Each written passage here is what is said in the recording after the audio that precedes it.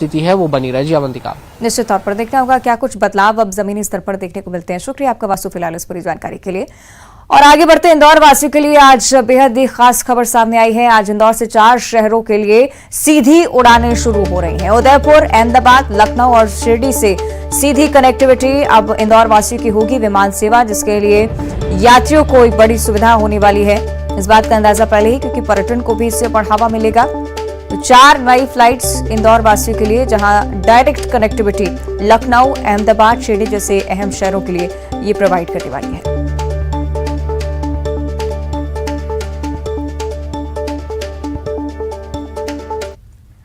और अपने अलग अंदाज, बयान और कामकाज के चलते सुर्खियों में रहने वाले ऊर्जा मंत्री प्रद्युम्न सिंह तोमर ने शनिवार को ग्वालियर में एक बुजुर्ग महिला के हाथ से थप्पड़ खाए।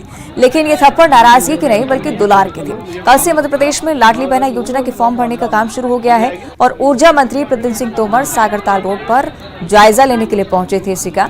और इस दौरान एक बुजुर्ग महिला ने मंत्री को इस योजना के लिए धन्यवाद दिया। इस पर ऊर्जा मंत्री ने कहा कि अम्मा पहले पिटाई तो कर लो। और फिर मंत्री ने बुजुर्ग महिला के हाथ से थप्पड़ खाए, जिसके बाद बुजुर्ग महिला ने उनके सिर पर हाथ रखा और खूब दुआएं दी।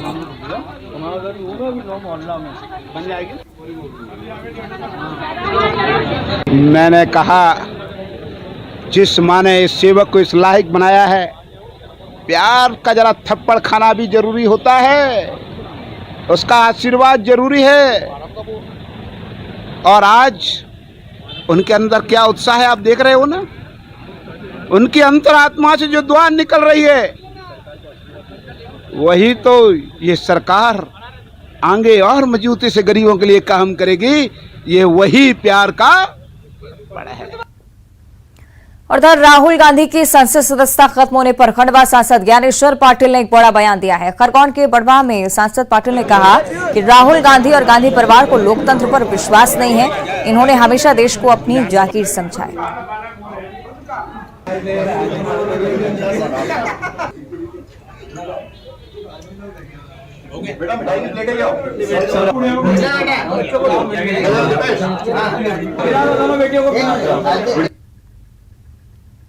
इधर उमरिया के बांधवगढ़ टाइगर रिजर्व से विलुप्त हो चुके बारहसिंगा को एक बार फिर से बसाने की तैयारी की जा रही है। वन विभाग की बहुप्रतीक्षित योजना आज से शुरू होने जा रही है और वन मंत्री विजय शाह कान्हा से आ रहे बारहसिंगों की बड़ी खेप और पहली खेप जिसे शिफ्ट करने वाले हैं।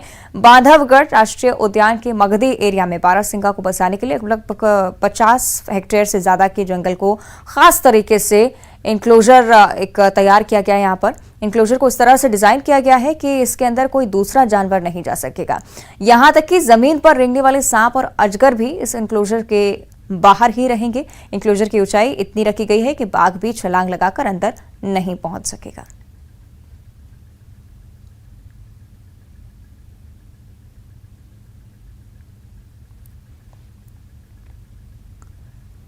इधर उज्जैन जिले के उन्हेल तहसील क्षेत्र में कन्या विद्यालय में 5वीं और 8वीं कक्षा की परीक्षा आयोजित की गई थी और परीक्षा के पहले दिन स्कूल में भारी अव्यवस्थाएं देखने को मिली।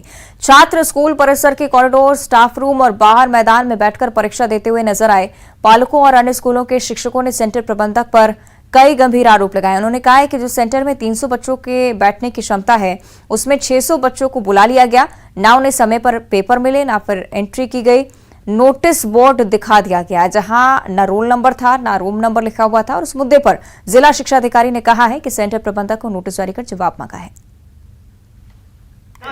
8वीं कक्षा में मेरी बालिका है कशिश महाभाग, और वो उनको वहाँ से 5 लोग से करीबन 10-15 लड़की आई है साथ में। उनको पेपर ही नहीं मिल पा रहे और ना व्यवस्था उनकी रोल नंबर कोई भी नहीं मिल रहा। बरामदा बाहर खुली जगह में बैठ के पेपर दिलवा रहे हैं और ये पेपर कैसे दे पाएंगे। यहाँ पे अव्यवस्थाएं नहीं है। सेंटर जो निर्धारित किया गया है, बोर्ड का सेंटर जिन विद्यालयों को बनाया जाता है, हमने उन्हीं विद्यालयों को निर्देशित, शासन के निर्देश थे, क्योंकि उसमें सारी व्यवस्थाएं रहती हैं, चाहे वो शौचालय हो, चाहे वो बैठक व्यवस्था हो, और वही कैपेसिटी देना निर्धारित था। तो वही कैपेसिटी हमने प्रदान की। हो सकता है केंद्राध्यक्ष महोदय द्वारा कल थोड़ा सा व्यवस्थित तरीके से उसको नहीं लिया गया, वो जमा नहीं पाए उतना अच्छा। हमने पूर्व में हमारे उच्च अधिकारी को अवगत करवा दिया था कि यहाँ 16 स्कूल का सेंटर बनाया हुआ है और बच्चे और यहाँ बैठने की व्यवस्था कम है। इस कारण हम यहाँ इतने बच्चों को सम्मिलित नहीं कर पाएंगे। क्या ये हमने व्यवस्था के रूप में ऊपर सूचना कर दी। इधर उमरिया जिले के नौरोजाबाद में झाड़ फूक के नाम पर 50 लाख रुपए की ठगी का मामला सामने आया है। वार्ड नंबर 11 में रहने वाले तिवारी परिवार ने भूत प्रेत का झाड़ फूक करवाने के चक्कर में 50 लाख रुपए लुटा दिए।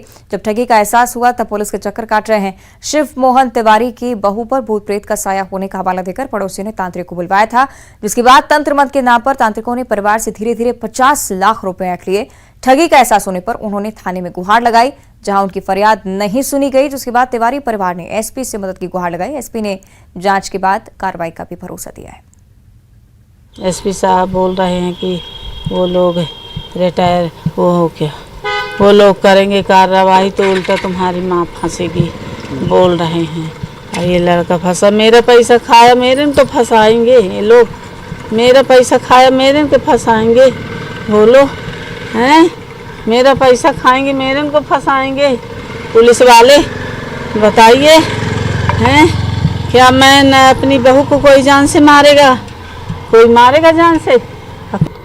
शमशाद खान, जुबेद खान और रज्जाक खान उर्फ कल्लू, ये झाड़ फूक के माध्यम से इसको बेवकूफ़ बना रहे थे और इसी माध्यम से इसने चरणबद्ध तरीके से लगभग 5-6 महीने में 45 से 50 लाख रुपए इस महिला से इन्होंने ले लिए हैं। इधर मंदसौर पुलिस ने अवैध शराब का जखीरा पकड़ा है। 37 लाख रुपए की अवैध शराब से भरा कंटेनर राजस्थान से गुजरात की ओर ले जाया जा रहा था। पुलिस ने मुखबिर की सूचना पर कंटेनर को जब्त कर लिया और एक आरोपी को मौके से गिरफ्तार किया है।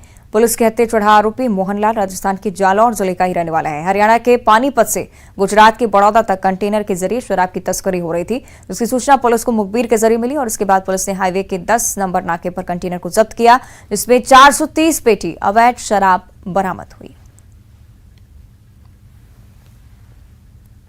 कोतवाली को सूचना मिली थी, जिसके आधार पर 10 नंबर नाके के पास एक कंटेनर जो राजस्थान पासिंग है उसमें 430 पेटियां अवैध रूप से रखी हुई अंग्रेजी शराब की मिली हैं, जिनका बाजार मूल्य लगभग 37,42,000 रुपये है। और उसमें एक आरोपी है मोहनलाल, जो जालौर जिले का रहने वाला है, राजस्थान का, उसे गिरफ्तार किया गया है। इधर श्योपुर में लाडली बहना योजना के आवेदन जमा करने के एवज में पैसे लेने पर कार्रवाई हुई है। श्योपुर तहसीलदार सीताराम वर्मा ने बड़ौदा और ललितपुर में संचालित 2 कियोस्क सेंटर और एक किराना स्टोर को सील कर दिया है। तहसीलदार को शिकायत मिली थी कि महिलाओं से KYC के एवज में 50 से 150 रुपए की मांग की जा रही है, जिसके बाद बड़ौदा के बागड़ इलाके के संचालित बालाजी कियोस्क और श्रीराम कियोस्क और ललितपुर के किराना दुकान पर कार्रवाई की गई है। आपको बता दें कि लाडली बहना योजना का KYC करने के लिए सरकार की तरफ से प्रति KYC 15 रुपए सेंटर को दिए जाते हैं। बर्जेस कितना लिया? 70 रुपया सभी लोग आए इनसे। हाँ, कोई से 150 भी ले रहे थे, कोई से 100 भी ले रहे थे, कोई ये ऊपर से कलेक्टर साहब तो नहीं कह रहे थे पैसे नहीं लगेंगे, फ्री में मिलेंगे, पे कैसे लेते हैं लोग? हाँ जी, पैसे कैसे ले रहे हैं? अच्छा अच्छा। 2 दुकानों की शिकायत मिली थी, दोनों को सील कर दिया है। एक बालाजी, बड़ौदा में और भी दुकान है सर इस संबंध में। हाँ, तो वो जैसे शिकायत आएंगे। और मध्य प्रदेश का एक ऐसा गांव है जहां लड़कों की शादी नहीं हो रही है। वजह है कि गांव में बिजली समेत मूलभूत सुविधाओं का अभाव है। इस गांव में कोई लड़की बहू बनकर आना नहीं चाहती। गांव में ना तो पानी की सुविधा है, ना ही स्कूल है, ना आंगनबाड़ी है, ना ही कोई अस्पताल है। बात हो रही है बैतूल जिला मुख्यालय से 110 किलोमीटर दूर भैंसदेही ब्लॉक मुख्यालय से 60 किलोमीटर दूर बुरहानपुर गांव की, जहां महाराष्ट्र सीमा पर बसे इस गांव में आजादी के बाद से आज लोग बिजली कनेक्शन के इंतजार में हैं। जरूरी बुनियादी सुविधाएं नहीं होने से अच्छे परिवार के लोग यहां अपनी बेटी की शादी नहीं करना चाहते।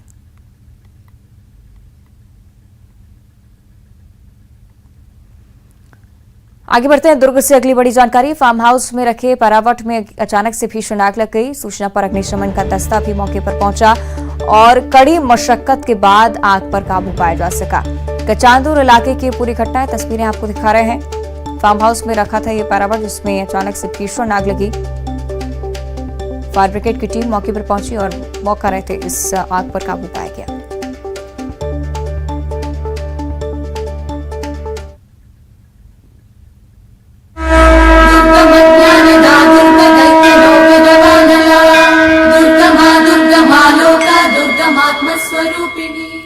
और चैत्र नवरात्र का आज 5वां दिन है। आज माता के स्कंद माता स्वरूप की पूजा की जा रही है। स्कंद माता को कुमार कार्तिकेय की माता के रूप में मान्यता मिली है।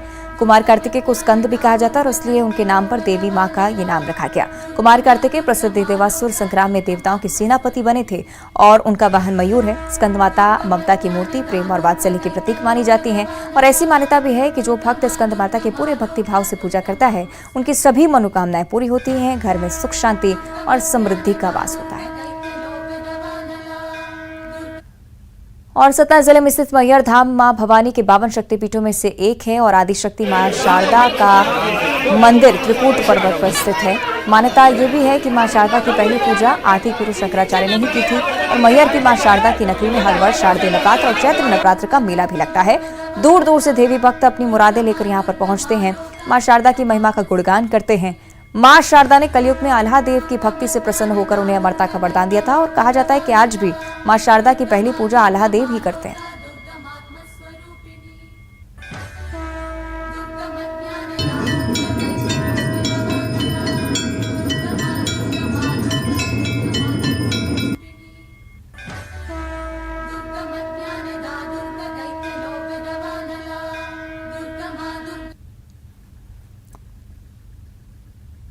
और बुलेटिन में इतना ही। देखते रहिए न्यूज़ 18।